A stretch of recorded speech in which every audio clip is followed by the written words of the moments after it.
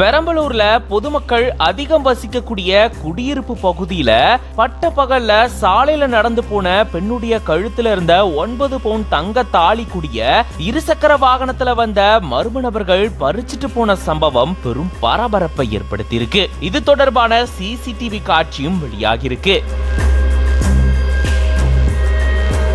சென்னை ராமாபுரம் பகுதியை சேர்ந்தவர் ராமன், இவருடைய மனைவி கமலவேணி. இவங்க 2 பேரும் பெரம்பலூர்ல இருக்கக்கூடிய துறைமங்கலம் பகுதிக்கு தங்களுடைய உறவினர்கள் வீட்டுக்கு போயிருந்திருக்காங்க. துறைமங்கலம் பள்ளிவாசல் தெருவில் இருக்கக்கூடிய உறவினர்களான வசந்தா சுப்பிரமணி தம்பதியுடைய வீட்டுக்கு போனவங்க அதே பகுதியில் இருக்கக்கூடிய விவேகானந்தா தெருவில் இருக்கக்கூடிய இன்னொரு உறவினரை பாக்குறதுக்காக அவங்களுடைய வீடு நோக்கி மாலை நேரத்துல நடந்து போனதா கூறப்படுது.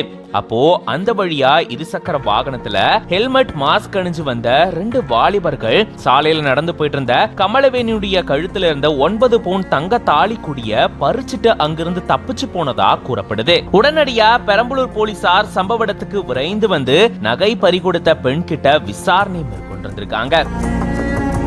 அதை தொடர்ந்து அந்த பகுதியில இருந்த சிசிடிவி கேமராக்களை ஆய்வு செஞ்சு அதுல பதிவாயிருந்த காட்சியை வச்சு இந்த வழிப்பறி சம்பவத்துல ஈடுபட்ட நபர்களை போலீசார் தேடிட்டு வராங்க. பொதுமக்கள் அதிகம் வசிக்கக்கூடிய குடியிருப்பு பகுதியில அதுவும் பகல் நேரத்துல இந்த மாதிரி வழிப்பறி சம்பவம் பெரும் பரபரப்பு அந்த பகுதியில ஏற்படுத்தி இருக்கு.